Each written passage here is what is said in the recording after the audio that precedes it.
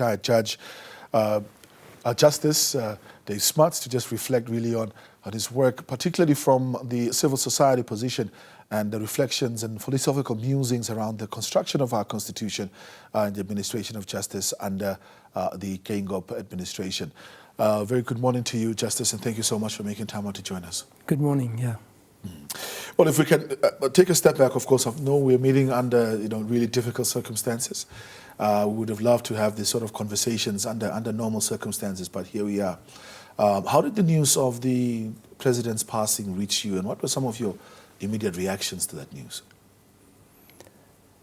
Yes, I heard the news actually very early that Sunday morning when I was walking my dogs. A colleague called me to tell me the news, and I was completely shocked.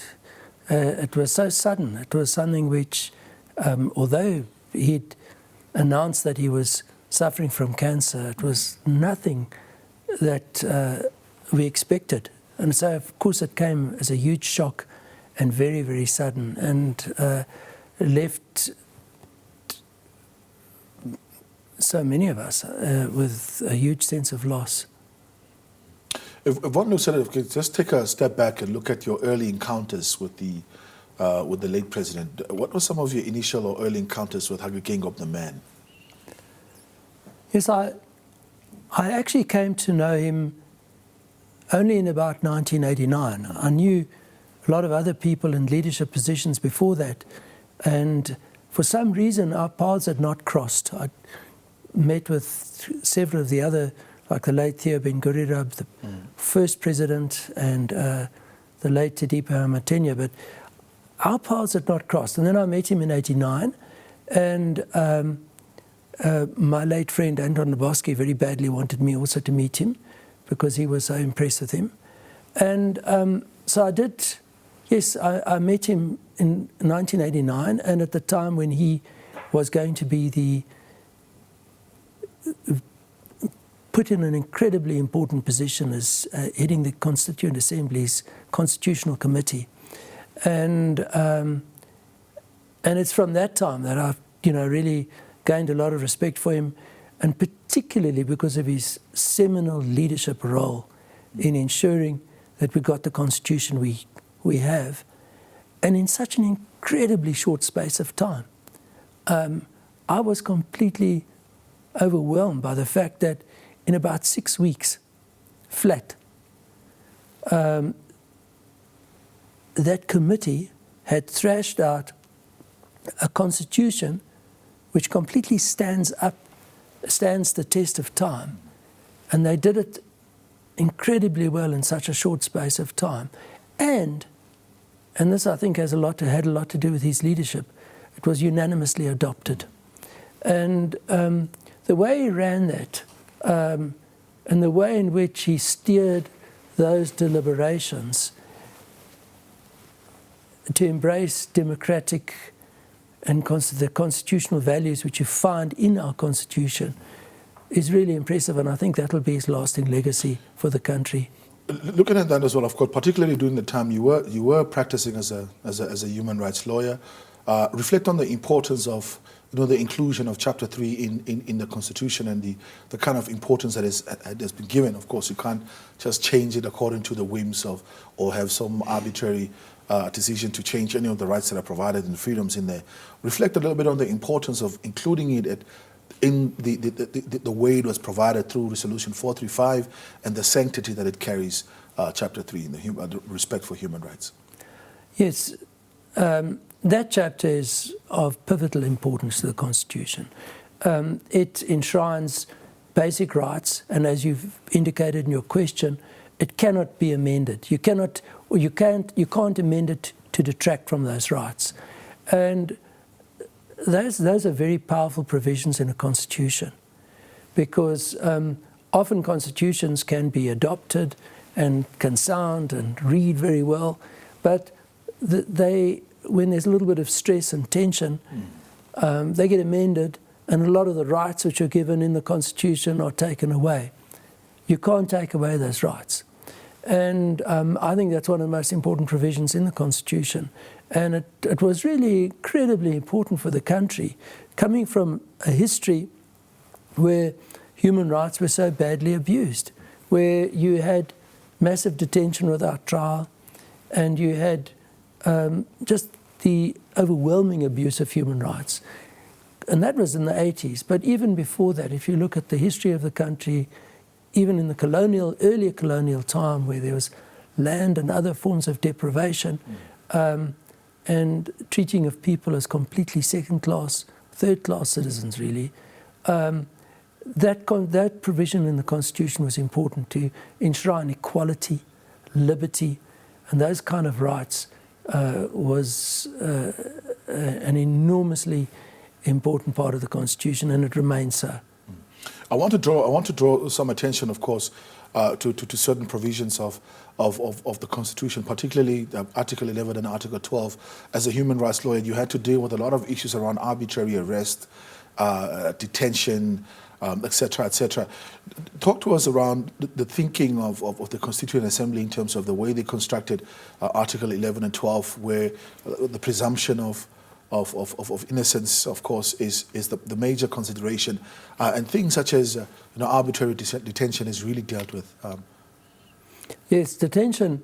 That was actually quite an important issue during those deliberations, because in one of the early drafts, one of the drafts provided for, which was supplied as a discussion document, provided for up to 2 weeks detention without trial.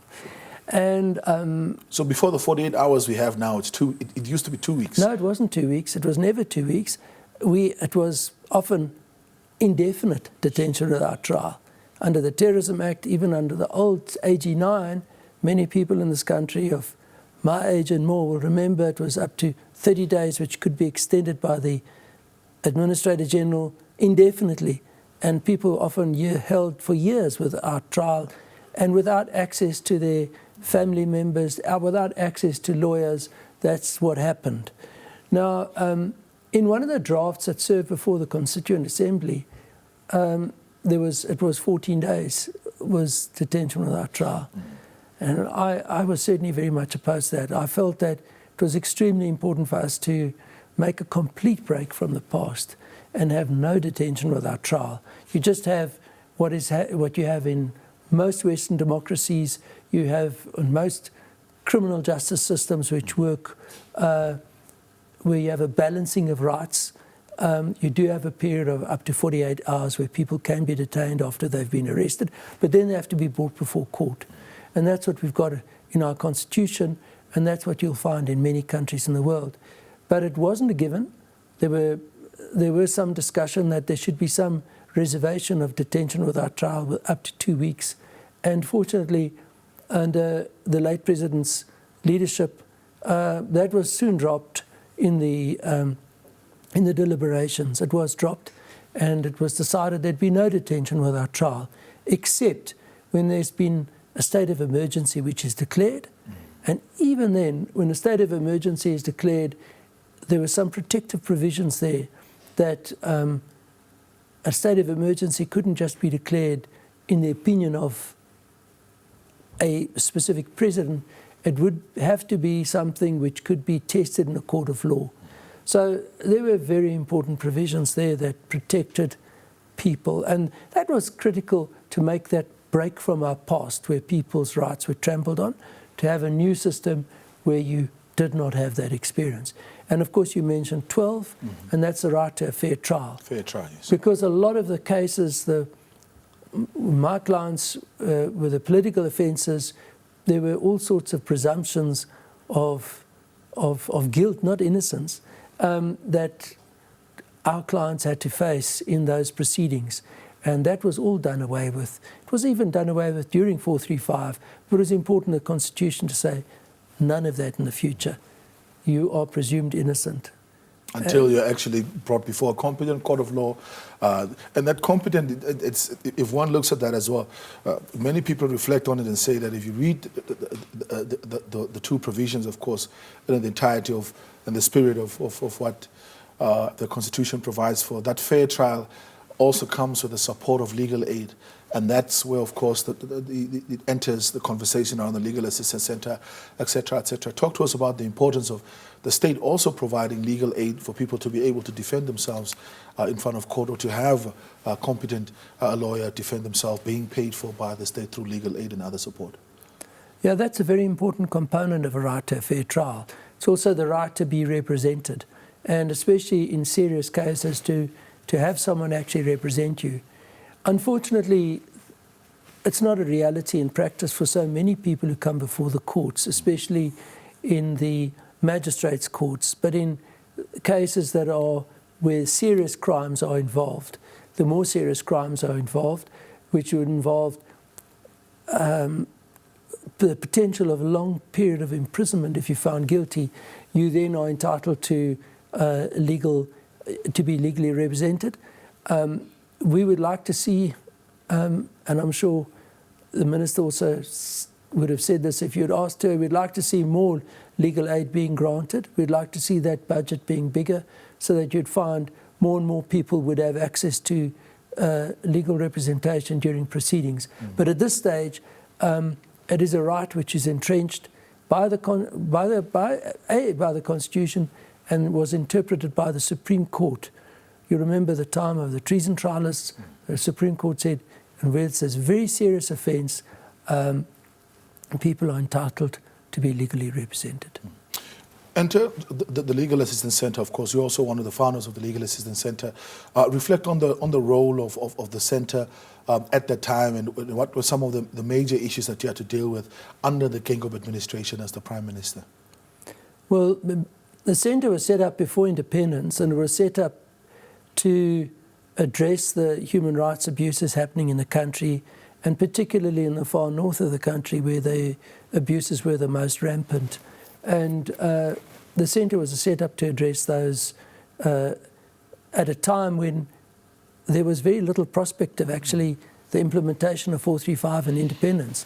And that was when it was set up, during those very bleak and dark years when it was a huge struggle to assert human rights in the country. And then, of course, we had the dramatic developments of the implementation of 435 and the right-giving constitution which came about at independence. And then when President Geingob was the first Prime Minister, the LAC continued. I was still attached to the LAC at that time. And the LAC played then a completely different role, which to obviously still to remain true to its principles of human rights protection, but at the same time also getting constructively involved in initiatives which were going to be right-giving in themselves. For example, like when the land conference was held, which was an important initiative of Prime Minister Geingob at the time, a very, very important initiative because it was the most pressing constitutional issue at the time in the country, was the imperative to address land redistribution. So the centre then got involved in issues like that, gender equality, to try and bring about interventions which could lead to more gender equality and issues like that. On that land issue, do you think, I mean, having worked with it in that conversation around Article 16, do you think it was too much of a compromise? Some believe that Article 16 was too much of a compromise and we should have looked at a different direction or something more direct in terms of land, the land redistribution question and the question around expropriation. It was a compromise that was made. I think there were a lot of compromises that were made at the time of independence, very important compromises to bring about a peaceful transition, to bring about national reconciliation, which was the important policy in those first years which helped to heal the nation. So it was one of those compromises. I think that you mustn't just see Article 16 in isolation. In isolation. You will see it in the context of the affirmative action provisions in the Constitution, which provide for affirmative action and which you'll find reflected in some of the land legislation, and to provide for initiatives to assist previously disadvantaged people acquiring land. If you ask me whether it was, I'm not really sure about that. I had hoped for something a little bit more affirmative to address the serious problem of land redistribution. But I certainly think it was an important compromise, and I think Article 16, you can still have expropriations taking place. You just have to provide for a fair value. And when you look at a fair value, you can also have a look at the historical context within which farmlands were acquired in order to assess and determine that. So I do think it was a very important compromise, but I respect it, but I don't think it's the final word on redistribution. But one of the things, of course, one looks at with regards to that, the work that the LAC had also done was making sure that the access of justice, not only from an information perspective, that people are also able to access courts and so forth. Reflect a little bit on the work that needed to be done to develop those structures, and what you make of the work that the government of the time, right after independence, were putting in, the efforts that we've been putting into sort of create those structures for the access of justice. Yeah, those are really important initiatives at that time. The LAC did a lot of work in educating about human rights and about the new order. And that was really critically important, to explain to people how to assert their rights, how to understand those rights and the context of those rights. And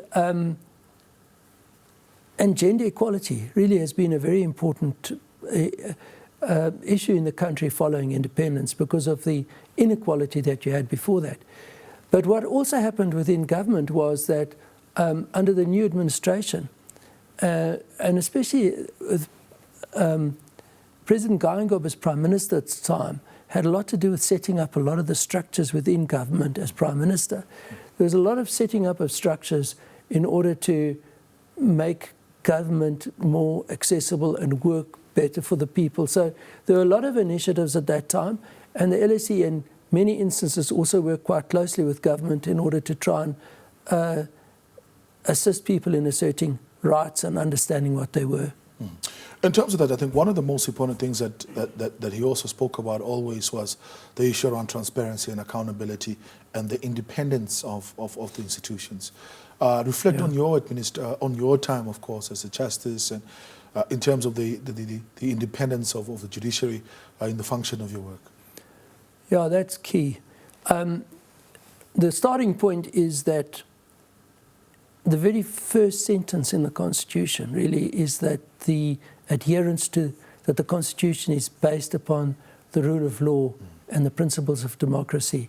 And inherent in those values are accountability and good governance. And the President did always stress those. And I think those are very important. And when he became President, it was always something that he stressed every single year at the opening of the legal year. We have that formal function. His first premise was always that the government respects the independence of the judiciary, because that is a cornerstone of the Constitution. You can't have a proper democratic constitution without having the independence of the courts being recognized and upheld. And it always was his unequivocal position. And he always emphasized that. And it's something which, as a member of the judiciary, we always valued and appreciated. And it was something which we also commemorated this year, very shortly after his death, when we had the official opening. It was emphasized by all three speakers that his commitment was always there. And I will say to you as well that the commitment was also there on the part of previous presidents. But he was extremely strong on that issue. And I think if you look at his background as well, and his adherence to the principles of accountability and transparency, which are inherent in the very essence of the Constitution, those definitely shine through in that. And I think if you look at the transition after his death, I think it's also manifested there that we've had a very smooth transition in accordance with the Constitution, and you've had something which I know a number of countries would be proud of. And certainly Namibians can be proud of that we had a transition which was both smooth and constitutional. And that important commitment to constitutional governance was something that he always stressed. And it was also very gratifying to see that it continued and operated on his death too. In terms of that, of course, we know that some provisions, some amendments had to be made to the Constitution. 3 occasions, the first one being that one of course, the extension of the presidential terms. Many felt the President Nyoma was not directly elected, it was by the Constituent Assembly, so the third term came into play. But more recently, of course, those changes around that ensured the independence of judiciary from government in terms of its administration, and those amendments around the Vice President. Let's look at the separation now with the judiciary and that independence that they got, and those amendments that took place. What is the importance of that separation and ensuring that it actually happens in practice in terms of how the judiciary is administered and not just in the Constitution as a philosophical ideal, for lack of a better word? Yes, it was initially in the Constitution. It's always been in the Constitution. But in 2014, there was an amendment which took place. He was then, I think, the Prime Minister. Yes. When it occurred. And he fully supported that amendment. And that amendment was for, and some of us in the judiciary were particularly keen that this should be passed, was an amendment which would just reinforce the independence of the judiciary. As you say, it's there, but you want to actually manifest it more strongly and to make it more strongly in practice. And that's what happened with that amendment, because it set up the office of the judiciary, which is essentially separate from the executive branch of government. And that just entrenches its independence, so that it determines and essentially its own budget. Obviously the executive, there must be some interplay with the executive to get that vote through, but that is all determined. How the money is spent, on what, and what should come to it is the first call of the office of the judiciary. And that really is an important practical manifestation of independence of the courts, and it's one which he certainly very strongly supported. But I think, in conclusion, what is the legacy, in your opinion? What kind of legacy does he leave in the administration of justice in Namibia, and generally overall jurisprudence in terms of the overall body politic of law of Namibia? His legacy is massive because of his role in steering. His pivotal role in getting us our constitution. And he played such a crucial role in the adoption of the Constitution. And that is such an important legacy, because the Constitution governs us. And the constitutional democracy within which we operate, the courts are independent, and the courts have developed that Constitution and will continue to develop it. It's a living document. And that is his legacy. Was that, I'd say for me, it's his most outstanding legacy as far as the law is concerned, because he had such an important role in setting that Constitution up with its liberal, democratic governance framework, where rights are protected, independent courts, limitation of terms. Those are so crucial. And he had a pivotal role in that regard. And we can be very grateful for that important role that he played. Thank you very much, Justice, for making time out to join us for this conversation. You're welcome. Justice Dave Smuts, reflecting on the life and times of the President, of course, within the ambit of the law, of course, the founders of the Legal Assistance Center, and a human rights lawyer by practice even before independence, just reflecting on the thinking and some of the philosophical underpinnings within our Constitution, particularly with regards to detention and arrest.